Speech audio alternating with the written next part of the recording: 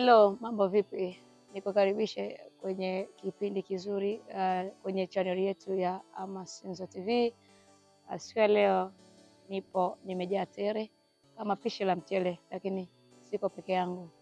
Niko na mtumishi wa kimataifa, sitasema wa kimataifa ambaye kwa leo tutakuwa pamoja naye kwa dakika chache tu, wala usiondoke. Ninachokukumbusha ni kwamba unaweza ukasubscribe, ukashare, ukacomment. Komenti zako tutaziona na tutakujibu.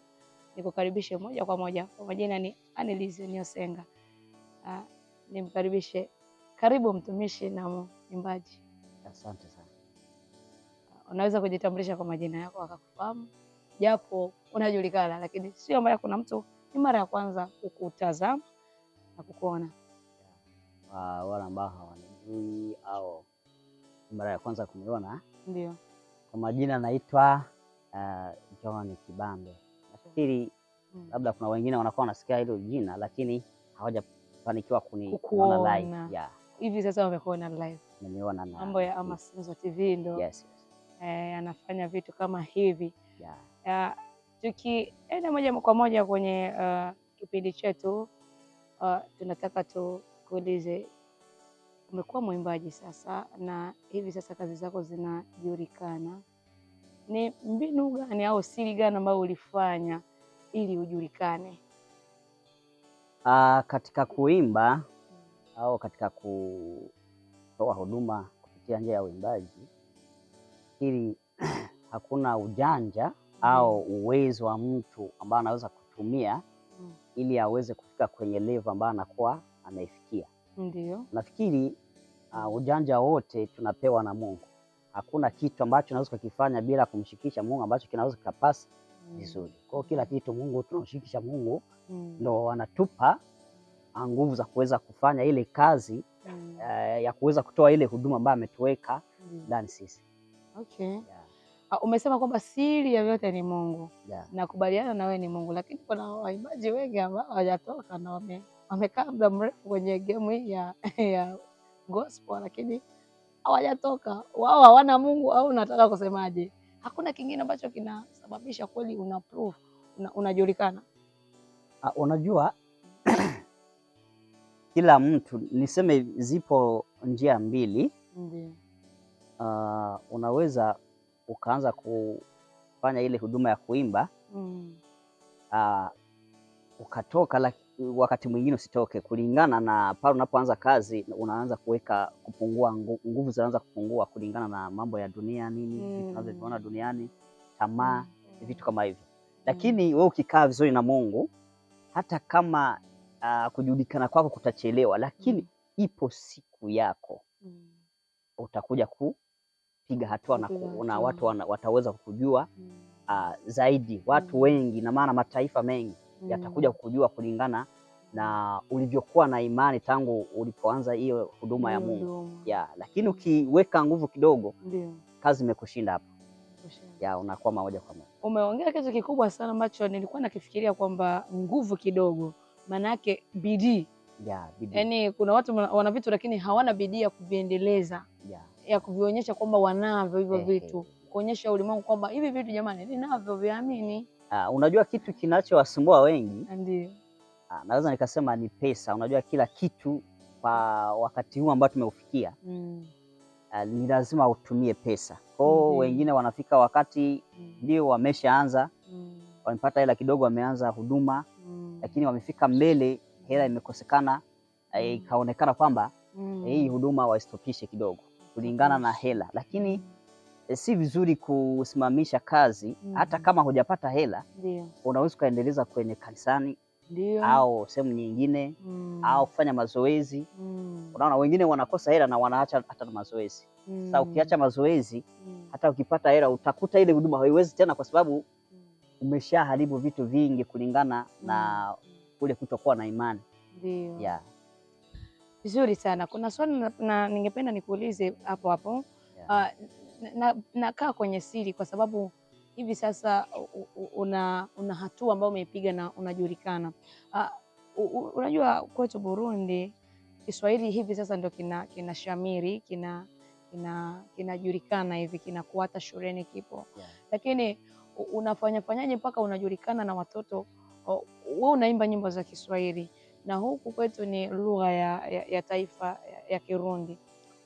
Ni siri gani ambayo imekufanya, kwa sababu nimefuatilia nyimbo zako zote ni za Kiswahili, unafanya siri gani ili watu wapende nyimbo zako hata kama hawasikii, hawaelewi, lakini wanajikuta tu wanaimba? Hapo wewe unafikiri ni kitu gani ambacho, ni ziada gani ambayo umefanya kama wewe? Sina ziada ambayo nimeifanya mimi, lakini unajua wakati unapoandika wimbo, ndio kuna wimbo unaweza kuandika ukasikia hata wewe mwenyewe ndio unasikia huu wimbo utakuja kutoka au utakuja kujulikana, utakuja kusikika sehemu mbali tofauti. Ndio. Umeona? Kwa wakati napoandika mimi naandika wimbo, siwezi kukurupuka. Ndio. Na tulia kwanza, nafikiri niandike wimbo wa na maana niangalie vitu gani. Ndio. Na maana nikishaandika wimbo nakuwa nimeshatulia, nakuwa nimeshafikiria, afu ndo nakuja kuandika wimbo, unakuta wimbo umekuja ukiwa umetulia, ukiwa utakuwa mwepesi kwa watu ambao watakuja kusikiliza. Niseme hapa Burundi, ni Burundi tunaongea Kirundi, lakini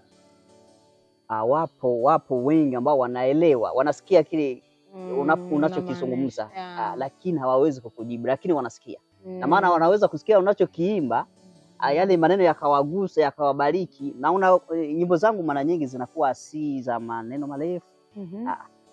Naangalia yale mambo ambayo yatakuja mtu hata akiwa naimba, itakuwa wimbo mwepesi kuweza kuukariri kichwani. Hivyo. Siri ya kutunga wimbo ambao unaeleweka masikioni mwa watu, sio wimbo mrefu wenye maneno magumu, siri ya bidii, siri ya kujitambua, siri ya kuamini kwamba Kiswahili kinaenea na wanakielewa, wasinge kujibu lakini wanaelewa. Ndicho kinachomfanya mwimbaji wetu wa leo John Kibambe aweze kujulikana na kufanikiwa. Kwa wewe mtazamaji wa Amasenzo TV, bado uko pamoja nasi, tunaendelea kuongea naye kwa maswali haya mawili matatu. Juzi tu kuna wimbo ulitoka, lakini na imani mwezi uliopita kama sio ulifanya shooting ya video live. Ni changamoto gani ambazo ulizipata kwenye ile tukio la kushuti, japokuwa mwanzoni mwa mwaka ulifanya au mwaka uliopita? Mwaka uliopita uliwahi kufanya tukio la live video. Ni changamoto gani ambayo umeiona kwenye video, kwenye aina ya kutoa video hii ya live? Katika kutoa hizi video za live, ipo changamoto tena kubwa. Hata kama kila aina ya video inakuwa na changamoto, lakini hizi zinakuwa na changamoto. Hakuna huduma ya Mungu ambayo haiwezi kukosa changamoto.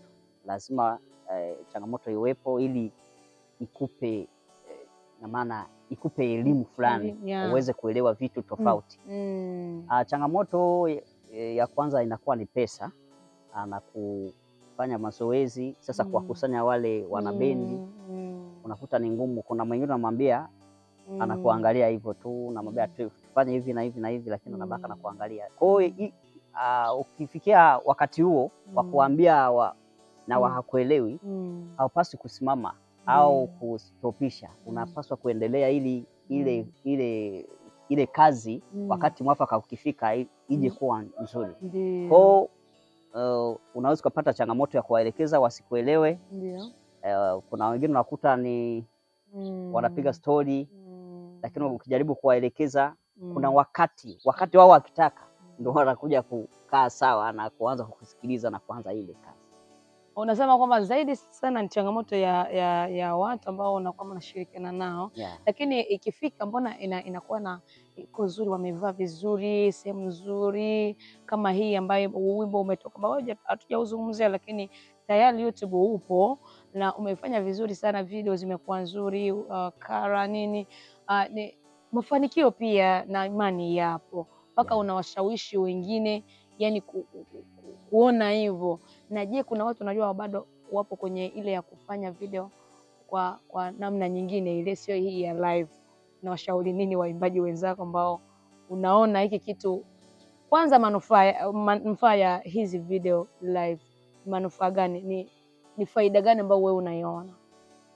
Faida ambayo naiona, unajua ukishafanya video ambayo umewaandaa watu wamekuja kushiriki kwenye hiyo video, na maana public, inapendeza sana kulingana, ina maana inakuwa nzuri tofauti na zile za location, sababu wale, ina maana faida ambayo unaweza kuipata kutumia public ni pale unapomaliza maana unapotoa ule wimbo, wale ambao walikuja kushiriki kukunga mkono, wale sasa ndo wanakuwa wa kwanza kuangalia. Ina maana jiangalie kwamba na yeye yumo. Sasa hapo unaanza kupandia hapo. Sasa na yeye anachukua ile linki anaiweka status, wengine wanaangalia na wengine wanaangalia. Anawaomba waweke status, na anawatumia wengine na wengine waweke status. Unakuta hapo sasa wimbo wako unaanza kutazamwa vizuri. Unakuta viewers zinapanda kwa speed. Ni kipi unawashauri waimbaji wenzako ambao wako bado kwenye location mbalimbali, hawajafikiria hii live recording? Nafikiri kwamba unajua kila mwimbaji ana fikra zake au ana mipango yake ambayo ameipangilia. Huenda amepanga wamepanga waanzie na mambo ya location kama nilivyoanza mimi. Wana hiyo fikra ya kuweza kufanya shooting live. Kwa hiyo siwezi nikasema ni washauri, hawajashindwa, hatujaona kwamba wameshindwa. Hawajaniambia kwamba hawezi wakafanya shooting live. Lakini ninachotaka kuambia, nataka kuambia kwamba wakishafanya hiyo huduma, ina maana kufanya shooting live, ipo faida kubwa kuliko hizi za location. Wewe ni Mungu mwenye nguvu, wewe ni Mungu mweza yote, wewe ni Mungu usiyeshinda, haujawahi kushinda. Wewe ni Mungu mwenye nguvu, wewe ni Mungu mweza yote, wewe ni Mungu usiyeshinda, haujawahi kushinda. Huu wimbo umetoka una siku chache, umeingia pale mitaa ya YouTube pale. Watu wameipokea na imetazama na watu wengi. Kwa kweli kazi hii imekuwa nzuri. Ni siri gani ambayo imesababisha watu wapende hii nyimbo, waitazame sana na waweke challenge ya naona status wanatuma, wakiwa wanaimba wanatuma. Ni kitu gani ambacho wewe unahisi, ni kitu gani kimewashawishi mpaka wanafanya hivyo na wimbo wako unatazama na watu wengi? Unajua huu wimbo wakati nilipoandika na wakati nilipoingia studio, au hata producer mwenyewe alipenda huu wimbo. Maana yake hizo zilikuwa ni dalili za kuweza kuona kwamba huu wimbo ukishakuwa wazi, ukishakuwa mtandaoni, utapendwa sana, kwa sababu hata wewe mwenyewe ukiwa unaoimba unasikia kwamba kuna kitu ambacho kinakusukuma kuimba huo wimbo. Umeona?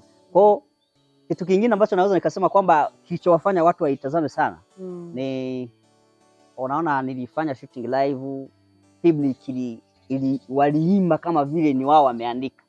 Unajua hicho ni kitu ambacho kinapendeza sana, ni kitu ambacho kinafurahisha. Mpaka watu, ina maana kila mtu anatamani kuangalia huu wimbo, akiona kipande kidogo tuseme coming soon. Wakati alipoona coming soon, walitamani kuona huu wimbo mzima ukiwa umetoka. Kwa ulikuja kutoka wakiwa wameutamani sana, ndio maana umeona imeshaenda sana. Na kitu kingine, huu wimbo ulipitishwa kwenye TV nyingi, kulingana na mara tuseme hizi za Tanzania, Alabi TV walipitisha huu wimbo sana, na Masanja TV. Najua jana walianza kupitisha kwenye Wasafi TV. Kwa hizo ni TV ambazo ziko zipo, ina maana zina viwango, zinajulikana sana, watu wanaziangalia sana. Kwa wale watu wakifuatilia, wakiona ule wimbo, wanatamani kuangalia, kuingia kwenye channel yangu ili waangalie kwamba kazi zangu zikoje, zimepangwaje. Na hapa kwetu Burundi, je, TV gani ambazo zimeshiriki kurusha huu wimbo au uko kwenye michakato, kwenye mikakati? Nipo kwenye mikakati kwa sababu nishaongea na hawa wa Eltenebe. Wao waliniambia kwamba wanataka washirikiane na wengine ili waweze kuionyesha vizuri ili ifike mbali. Yeah, mtazamaji, bado niko na wewe, wala usinichoke. Unaanzaje kunichoka wakati mambo hapo napata madini ambayo nakuchimbia, unayapata ukiwa umekaa hapo sebreni, ukiwa umekaa usijaribu kutoka. Bado niko na John Kibamba ambaye hakika anafanya vizuri, sio hapa tu. Nimeshakwambia kwamba ni kimataifa, yani sio mwenzenu. Una ukaribu ambao unaonekana kati ya wewe na mwimbaji wa hapa Rumonge, Bonke. Ni rafiki yako aje? Nyie mnashirikianaje? Na hata kwenye nyimbo zako pia waga namuona anaonekana pia. Ukitembelea YouTube kuna nyimbo zake za John Kibamba.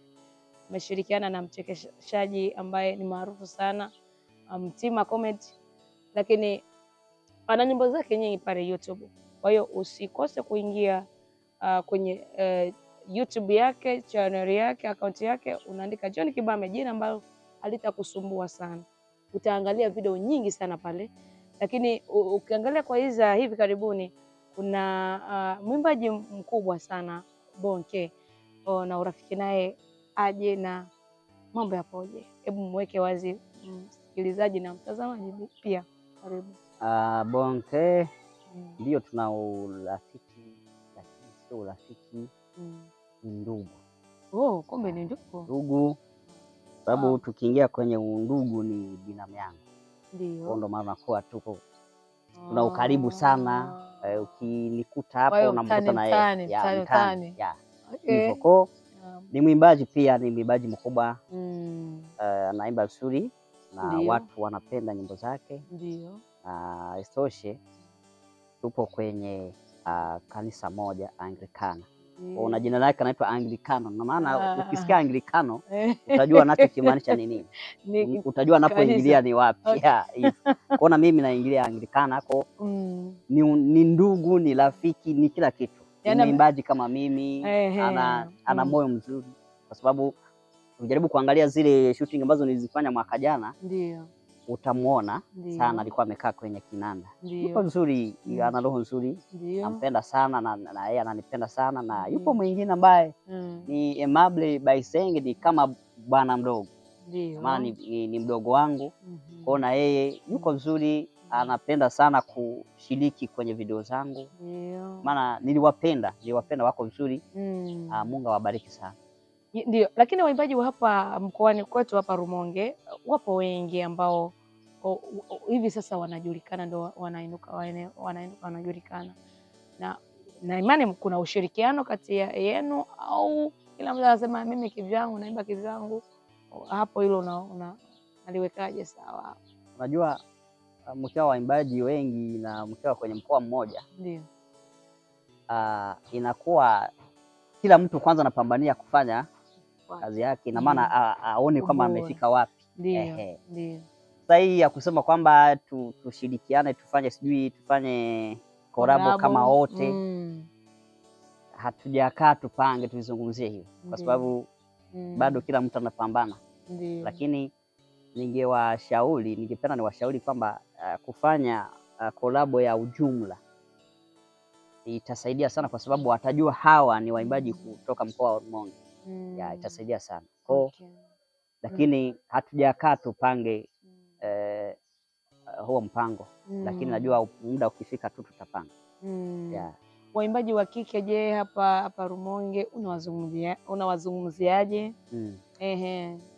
Kulingana na waimbaji wa kike hapa Rumonge, yupo Coco Claudia, anafanya vizuri sana na nilikuwa nimesahau. Nilikuwa nimemsahau kwa sababu alikuwa ameshiriki kwenye hizi video ambazo nimeziachia, nimeshuti nyuma. Na yupo mwingine anaitwa Sasa Sandra. Ndio. Wengine sijapata kuwafahamu na wajua hao. Kwa wanafanya vizuri na nyimbo zao zinanibariki sana.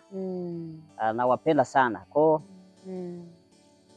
Ikifika muda ukifika, tutaweza kupanga tuangalie kwamba tunaweza tukashirikianaje kulingana kuhusu huduma ya Mungu. Maana hatuwezi tukakaa kila mtu afanye kibinafsi. Inabidi tukae kwa pamoja tuweke kitu kizuri mpaka na watu ambao ni wa hapa mkoani Rumonge wajue kwamba wapo waimbaji ambao wanapendana, wanashirikiana. Hiyo itasaidia sana. Nimesema hivyo kwa sababu mimi nimeanza kuimba mwaka wa 2017. Lakini nilikuwa nimeshaanza, lakini nilikuwa sijaanza kuweka YouTube. Kwa nimeanza mwaka wa 2017. Najua mengi ninaona wakati nilipokuwa Tanzania, na nilikuwa naona waimbaji wa Tanzania wanashirikiana, wanachukua wote wanakuwa hapo mkoa Dar es Salaam, lakini anamtafuta mwenzie fanye collab, wanafanya. Unakuta mambo yanaenda vizuri. Collab na ushirikiano kwa waimbaji unahitajika sana, kama mwenzetu hapa mwimbaji anavyosema kwamba amejifunzia kwa wenzio huko Tanzania, na imani hapa Rumonge ipo siku basi mtatuambia kitu kikubwa kwamba mnakuja kufanya kitu kimoja kwa pamoja waimbaji wote, na mkafanya kitu kizuri sana, na inaweza kikawatambulisha pia na kikatambulisha na nchi yetu ya Burundi huko nje. Nikikaribia kutamatisha kipindi hiki, unawaambia nini? Tumetazama, unajua tukitazama tunaona kitu kipya. Kesho tunatamani tena tuone kitu kipya kutoka kwako. Unatuahidi nini hivi karibuni, au kwamba utatupa kitu kipya lini tena? Maana tunazidi kunogewa. Naweza nikasema kwamba katika kitu kipya au video mpya, naweza nikasema kwamba msubirie. Naona kwanza hii bado wamenogewa. Nione kwamba inafika wapi. Ndio. Nilikuwa napangilia kwamba naweza nikaweka wimbo mwingine mwezi wa 12. Mwezi wa 12 nione, na maana nitakuwa nimeona kwamba huu wimbo ambao nimeweka YouTube utakuwa umefika wapi, watu wameupokeaje hivyo. Ikishaona kwamba imefika mbali lakini nimepangilia mwezi wa 12. Watu wa nje wameipokeaje hii nyimbo? Watu wa nje, wakati naangalia comment au wengine wananikuta inbox hapa WhatsApp. Wapo wengine wapo Kenya, Nairobi.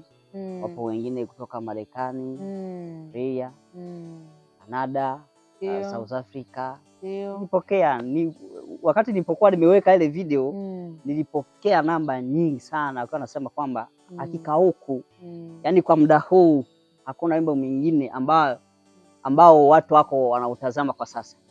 Huu ambao unatembea hii nchi ya South Africa, walikuwa wananiambia watu wa South Africa. Na huko sijui Zambia, sijui Mozambique, sijui Malawi, huko Sudani, nina watu wengi wananifuatia. Kule kuna Warundi wengi pia. Wapo wengi. Wa Tanzania ilipokea vizuri sana. Mpaka napata mialiko ila nashindwa nifanye nini, kwa sababu nilikuwa na interview kwenye radio za Bujumbura kama Isoko FM, Teka na Jizigiro, Nderagakura. Bado sijamaliza. Kwa nikimaliza ndo nitapanga nije huko Tanzania. Nione kwamba nikushukuru sana, najua tumeongea mengi na mtazamaji wetu wa Amasinzo TV ametufuatilia, na tukaidi kwamba haya ni machache na haya ni madogo. Hii ni moja yafuatayo yanafurahisha. Wewe unachotakiwa kufanya subscribe, share, comment ili uendelee kupata vitu vikubwa sana, lakini pia usisahau kuingia kwenye account ya YouTube ya John Kibambe ukajionea huu wimbo ambao umefanya vizuri sana. Yaani wimbo unatazama na Wamarekani, wewe je ambaye uko hapa Burundi, au wewe je uko hapa Tanzania. Yaani wewe ukishasikia diaspora natazama wimbo wa mwimbaji mwenzako ambaye uko naye Burundi, kwa nini usiutazame na usishare na usiwaambie wengine wautazame? Kwa hiyo unafanya vibaya sana. Kwa hiyo kimbilia sana pale YouTube, mitaa ya YouTube pale, uchukue, ushare, uweke kwenye status, mambo yaende. Unajua kuinuana, usipowainua wengine na wewe utainuliwa, nakwambia. Malipo ni hapa hapa duniani. Kwa hiyo mimi nikushukuru sana. Ulikuwa nami Annelize Nyosenga, lakini na mwenzetu hapa mwimbaji John Kibana. Nikushukuru sana. Nikutakia wakati mwema. Bye bye.